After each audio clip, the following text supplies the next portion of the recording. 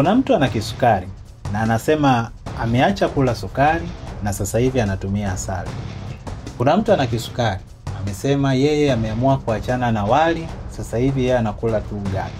Leo tujifunze namna ya kula na kwa nini tule hivyo pale unapokuwa na shida ya kisukari. Kwa sababu kuna elimu nyingi sana ya namna ya kula unapokuwa na kisukari. Usile hichi, usile hichi, usile hichi.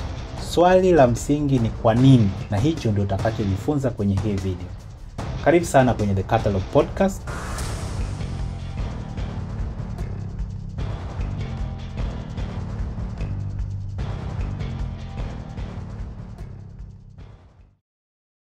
Ulaji kwa watu wenye shida ya kisukari ni swala ambalo lina mkanganyiko sana. Nitakutana na mgonjwa huyu, ataniambia kingine, nitakutana na mgonjwa mwingine, naye ataniambia kwamba ameelekezwa hivi na hivi na hivi. Kwa hiyo unakuta kila mtu ana elimu tofauti tofauti kwenye swala la ulaji unapokuwa na kisukari. Cha kwanza cha kuelewa, sio tu swala la kutokula hichi na kutokula hichi na kutokula hichi. Ni swala la kwa nini nisile hichi na nisile hichi. Kwa hiyo swali la msingi la kuuliza sio kwamba natakiwa nile nini.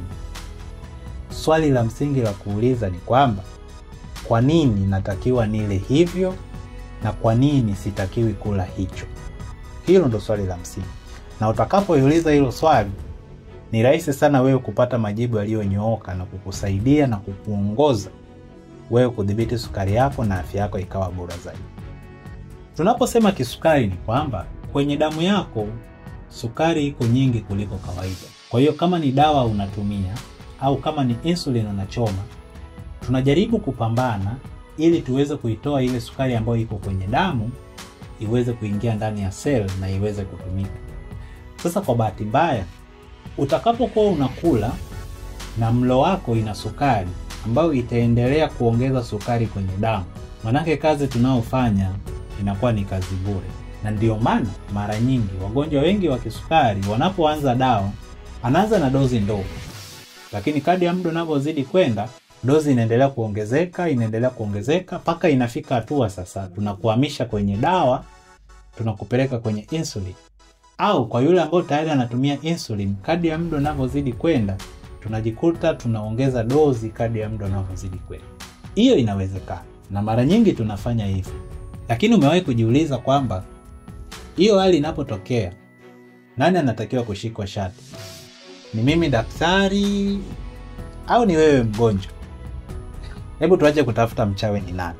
Jambo la msingi la kuzingatia ni kwamba, mfano wali, ugali, hizo zote zikishameng'enywa zinaenda kutoa glucose. Kwa hiyo ni wali na ni ugali, lakini zote zikishameng'enywa inaenda kutoa glucose ambayo ndio ile sukari itakayoingia kwenye damu. Hiyo moja. Umekula chapati, umekula maandazi, sijui umekula biskuti. Hiyo yote kishameng'enywa, mwisho wa siku inaenda kutoa sukari ile ambayo inafanana na ile iliyotokana na wali na ile iliyotokana na ugali. Kuna mwingine anatumia asali. Asali kishameng'enywa, mwisho wa siku inaenda kutoa sukari ile inayofanana na ile iliyotoka kwenye wali, iliyotoka kwenye ugali, biskuti na kadhalika. Kuna mwingine anasema mimi natumia zaidi magimbi, mimi natumia zaidi viazi lishe, viazi vitamu, vyovyote. Ikishameng'enywa, mwisho wa siku inaenda kutoa sukari. Kwa hiyo lengo hapa sasa cha kuelewa sio nini ambacho ninakula. Swala ni kwamba hichi ninachokula mwisho wa siku itaenda kutoa nini. Kwa hiyo kama nimekula wali na mwisho wa siku inaenda kutoa sukari, na yule aliyekula asali na mwisho wa siku inaenda kutoa sukari, manake zote japokuwa tumekula vitu tofauti, lakini mwisho wa siku inaenda kutoa kitu kile kimoja. Na ndio maana katika maelekezo yangu kwenye ulaji ukiwa na shida ya sukari, hatua ya kwanza inabidi tupunguze sukari inayoingia kwenye damu yako kutokana na source zote. Aidha iwe kwenye wali, iwe kwenye ugali, iwe kwenye matunda, chochote ambacho kikimeng'enywa kitaenda kutoa sukari. Hivi ni vitu ambavyo inabidi tuangalie kwa umakini kabisa. Nitatoa mfano. Kuna ambaye anasema mimi natumia zaidi magimbi au ninatumia miogo kwa sababu ni za asili na nini, niliambiwa hizo ni nzuri. Ni kweli ni nzuri kwa sababu zina fiber, na fiber inatusaidia pia kupunguza kiwango cha sukari kitakachoingia kwenye damu, kwa sababu fiber haimeng'enyi. Kwa hiyo inapopita kwenye mfumo wa chakula inaondoka na baadhi ya sukari iliyokuwa imeingia. Kwa hiyo ni jambo zuri kula hivyo vya asili. Lakini kumbuka, mwisho wa siku ikishameng'enywa inaenda kutoa sukari. Sasa cha muhimu na cha kuzingatia hapa ni kwamba mtu ambaye atakula gimbi zima, labda ile gimbi moja kubwa, tuseme labda ukubwa huu mkono wangu nilivyoushika, na mtu atakaye kula gimbi hii ngumi moja, kiwango cha sukari itakayoingia kwenye damu ni tofauti kabisa. Huyu aliyekula gimbi kubwa sana, sukari itaingia nyingi, na yule aliyekula gimbi kidogo, sukari itaingia kidogo. Na hichi ndio kitu ambacho nahitaji watu waweze kuielewa vizuri. Kiwango cha sukari kitakachoingia kwenye damu itaamua kwamba sukari yako iende juu kiasi gani au sukari yako ibaki chini kiasi gani. Na ndio maana tunapoelekeza labda mtu kula wali au kula ugali au kula chochote ambacho kinaenda kutoa sukari, tunatoaga mfano wa nusu ngumi au ngumi moja. Kwa nini? Kama nilizoea kula ugali mkubwa, manake sukari itakuwa inaingia nyingi kwenye damu. Na sasa nikiamua kubadilisha kwamba nile kiwango cha ngumi, manake kiwango cha sukari kitakachoingia kwenye damu itakuwa ni kidogo sana. Na hichi ndio kitu cha muhimu sana watu kuweza kuzingatia. Tupunguze kiwango cha ulaji wa vitu ambavyo vinaenda kutoa sukari kiwe kidogo, ili kiwango cha sukari kitakachoingia kwenye damu kiweze kuwa kidogo. Hilo ni jambo la muhimu sana ambao watu inabidi waweze kuzingatia wanapokula. Kwa hiyo yule mtu anayesema kwamba mimi nimeacha kula wali, natumia ugali wa dona, haijalishi kama utakuwa unakula ukubwa ule ule, manake kiwango cha sukari kitakachokuwa kinaingia kwenye damu itakuwa ni nyingi bado. Na lengo letu ni sukari iingie kidogo. Sasa ukishaelewa hiyo swala, inatuleta sehemu ya pili ambayo ni sehemu ya matunda. Kawaida tumezoea fruits au matunda inakuwa na sukari inayoitwa fructose. Haiwi tu na fructose peke yake, inakuwa ni mchanganyiko wa fructose na glucose. Kwa hiyo tayari kuna sukari mule ndani. Sasa unavyoendelea kuweka sukari nyingi kwenye damu kupitia kwenye matunda ambayo unakula, kwamba unasema kwamba mimi nimeacha kula hizo wali na siku hizi nakula tu matunda. Na matunda ambayo unakula, labda unaweka tikiti maji, umeweka papai, umeweka labda nini, umeweka ndizi, hizo zote zina sukari. Kwa hiyo zikimeng'enywa, mwisho wa siku zinaenda kutoa sukari kama kawaida. Na ndio maana huwa tunashauri kwamba ukishakuwa na tatizo la kisukari, matunda tunayagawanya katika sehemu mbili: matunda yenye sukari na matunda ambayo hayana sukari. Na hii inatusaidia sasa mtu kuweza kuelewa kwamba atakapokuwa anatumia yale matunda ambayo yana sukari, inabidi ale katika kiwango ambacho itapunguza kiwango cha sukari kitakachoingia kwenye damu. Mfano, matunda ambayo hayana sukari, tuna tango, tuna parachichi pamoja na nazi. Hizo tunahesabu kwamba hazina sukari kabisa. Kuna mbili ambazo zina sukari kwa kiwango kidogo sana. Kuna apple ya kijani au green apple, lakini pia carrot. Kwa hizo pia unaweza kala kwa kiwango chake. Ambao kawaida tunashauri kwa siku apple moja sio mbaya, lakini carrot 2 sio mbaya. Sasa ukiachana na hizo 5 ambazo nimezitaja, matunda mengine yote yanayobaki ni matunda yenye sukari. Inabidi uwe mwangalifu sana kwenye ulaji wako wa haya matunda ya sukari. Haya ambayo yana sukari unaweza kula kwa kiwango ambacho wewe unataka, wala hakuna shida. Tunapokuja kwenye haya yenye sukari, manake inabidi tuwe waangalifu ili tuweze kula kwa kiwango kidogo kitakachopelekea sukari inayoingia kwenye damu iweze kuingia kidogo. Kwa mfano, mtu anayekula ndizi nzima na mtu anayekula ndizi nusu au ndizi robo, kiwango cha sukari itakayoingia kwenye damu ni tofauti kabisa. Mtu ambaye atakula embe zima na mtu ambaye atakula kipande cha embe, kiwango cha sukari kitakachoingia kwenye damu ni tofauti kabisa. Kwa kuna wengine huwa wanaambiwa kwamba wewe kula vyovyote unavyoweza ila kula kiasi. Hiyo inakuwa na changamoto moja. Sukari haiwezi kudhibitiwa vizuri. Na ni kati ya wale wagonjwa ambao wengi wanaanza kupata sana shida za ganzi miguuni.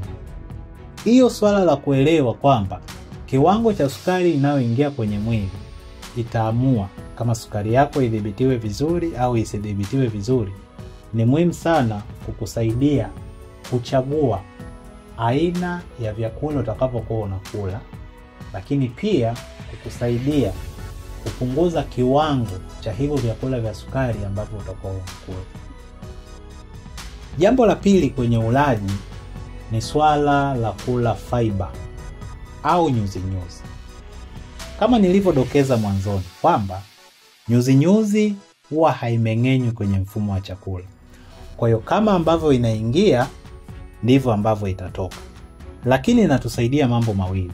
Jambo la kwanza, nyuzi-nyuzi ina uwezo wa kunyonya sukari na kuondoka nayo kwenye mfumo wa chakula.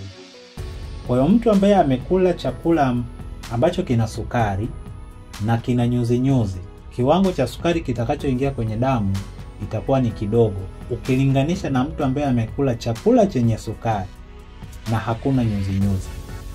Hiyo tayari inatuambia kwamba kuna umuhimu sana wa ulaji wa nyuzi-nyuzi unapokuwa na shida ya sukari.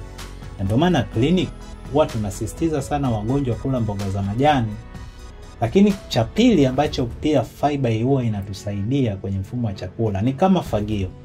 Ikiingia inaenda kutusaidia kutoa uchafu ambao ilikuwa imebaki kwenye mfumo wa chakula.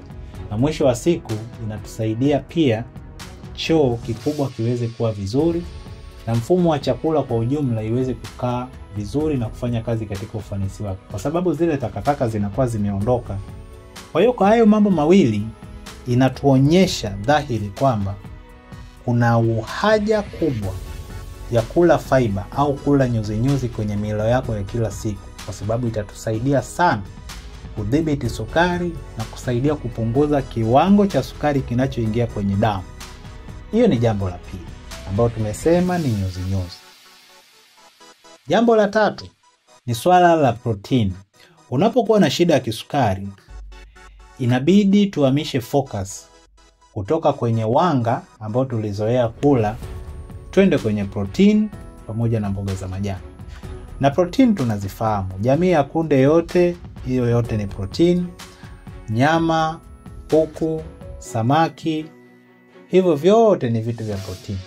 Kwa hiyo ni muhimu sana unapokuwa na shida ya kisukari, vyakula vyako vicheze sana kwenye protein pamoja na nyuzi-nyuzi na kiwango kidogo sana ya sukari.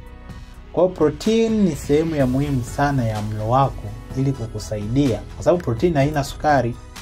Au protein ya jamii ya kunde, kwa mfano kama maharage, tunasema ni high protein low carbohydrate, kwamba ina chembe-chembe za sukari, lakini ina chembe-chembe za sukari kwa kiwango kidogo sana, ambayo kitaalamu tunasema ni nzuri kwa sababu ina fiber pia nyingi itakayosababisha isipandishe sukari yako kwenye damu kwa kiwango kikubwa. Jambo la 4, huwa ninasisitiza sana swala la kula mafuta bora. Mafuta bora ni muhimu sana kwenye mwili wetu ili kuiwezesha kufanya kazi katika usahihi wake. Na ninaposema mafuta bora, sasa hivi tunasema mafuta ya mimea sio mazuri. Ni kweli sio mazuri kwa sababu yanachakata. Mafuta ya mimea ambayo ni bora zaidi ni zile ambazo tunaita ni non-refined, zile ambazo hazijachakata, kwa sababu zikishachakatwa kiwango kikubwa cha omega 3 ambayo inakuwa kwenye ile mafuta inakuwa imeondolewa, inabaki na omega 6. Na omega 6 ni yale mafuta ambayo inaweka mwili wako kwenye hali ya kujihami na kusababisha hizo shida ya pressure, shida ya sukari na vitu kama hivyo viendelee kukua na kuendelea kuwa sugu na kuendelea kuwa mbaya zaidi kadri ya muda unavyozidi kwenda. Kwa swala la kula mafuta bora ni sehemu ya muhimu sana ya milo yetu ili kutusaidia mwili kuweza kufanya kazi vizuri na kuweza kudhibiti sukari. Jambo la 5 ni swala la maji. Swala la maji, kwa mtu ambaye ana shida ya sukari, anatakiwa anywe maji kwa kiwango kikubwa sana. Kwa sababu sukari ina tabia ya kukausha maji. Sukari inapokuwa juu ina uwezo wa kukausha maji. Na ndio maana watu wenye shida ya kisukari ambao hawajaanza kutibiwa, mara nyingi wanakuja kwetu wakiwa wanakuambia napata sana kiu. Kwa sababu sukari ikishakuwa juu inakausha maji na kukuletea hali ya kupata kiu mara kwa mara. Sasa unapokuwa haunywi maji ya kutosha, concentration ya sukari kwenye damu inakuwa ni kubwa sana. Na ukipima sukari inaonekana iko juu. Unapokunywa maji inatusaidia sana kuweza kudilute ile concentration ya sukari kwenye damu na sukari yako kuweza kushuka. Tunashauri unywaji wa maji iwe ni kuanzia lita 1.5 mpaka lita 2.5. Ukiweza kufika 3 itakuwa ni bora zaidi, kulingana na shughuli zako za siku. Kuna wengine unaweza kukuta anafanya shughuli ambazo zinasababisha mwili wake kupoteza maji sana. Sasa ukishapoteza maji sana, manake inatulazimisha tuweze kurudisha maji mengi. Kwa hiyo ni muhimu sana wewe kunywa maji ili kuweza kukusaidia afya yako kuwa bora zaidi, lakini pia sukari yako iweze kudhibitiwa vizuri. Jambo la mwisho kwenye swala la kudhibiti sukari, kwenye swala la lishe, ni swala la kufunga au tunaita fasting. Unapokaa kwa muda bila kula chochote, inasaidia mwili kushusha sukari iweze kukaa vizuri. Na ndio maana ukipima sukari ya asubuhi mara nyingi huwa inakuwa iko sawa, kwa sababu umekaa bila kula kwa takriban masaa 8, na ndio maana sukari inakaa vizuri. Kwa hiyo uelewa tu mdogo inajaribu kukwambia kwamba mwili inakuwa na furaha zaidi pale ambapo unakuwa hauli mara kwa mara. Kwa kitendo chako cha kula mara kwa mara, manake unalazimisha insulin kuzalishwa mara kwa mara. Na kama tayari una tatizo la kisukari linalotokana na ukinzani dhidi ya insulin, unavyoendelea kulazimisha mwili wako kuzalisha insulin nyingi, ndivyo unaendelea kulazimisha ule ukinzani iendelee kuwepo na iendelee kuwa sugu zaidi. Kwa hiyo unapokuwa na zile nyakati za wewe kukaa bila kula au kufunga, inakuwa ni msaada mkubwa sana wa mwili wako kuweza kurudi katika ufanisi wake na kuweza kusaidia kudhibiti sukari kwa kiwango kikubwa. Kwenye swala la kufunga, ninaomba nitoe angalizo.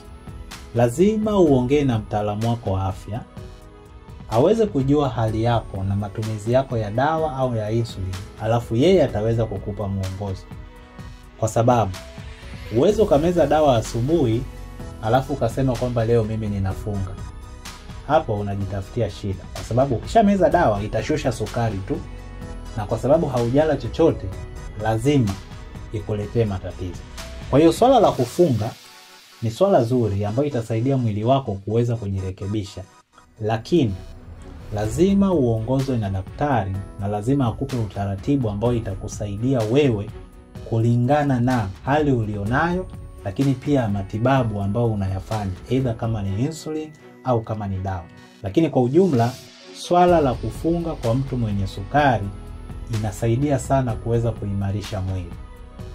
Hayo ni mambo muhimu sana ya kuweza kuyazingatia ili kuweza kukusaidia afya yako kuweza kuwa bora na kuweza kudhibiti sukari na kuondokana na zile madhara ambazo zinaweza zikatokana na kisukari. So cha kwanza cha muhimu sana cha kuzingatia tumesema ni kupunguza kiwango cha vitu vya sukari unavyokula. Lakini cha pili, kuhakikisha unakula nyuzi kwa kiwango kikubwa. 3, protein kwa kiwango kikubwa. 4, hakikisha unakula mafuta yaliyo bora ambayo kitaalamu tunasema ni non-refined. 5, hakikisha unakunywa maji mengi. Na 6, ongea na mtaalamu wako wa afya kuhusu kukuelekeza namna nzuri ya kuweza kufanya mfungo ili kusaidia mwili wako kuweza kuimarika zaidi. Hii ni The Catalog Podcast. Nashukuru Gavo Media kwa kuhakikisha kwamba unapata hii episode vizuri. Naamini hii episode itakusaidia sana wewe, ndugu na marafiki kwa ajili ya kuboresha afya yako na kuwasaidia wale watu ambao wana shida ya kisukari. Mpaka wakati mwingine, karibu sana kwenye The Catalog Podcast.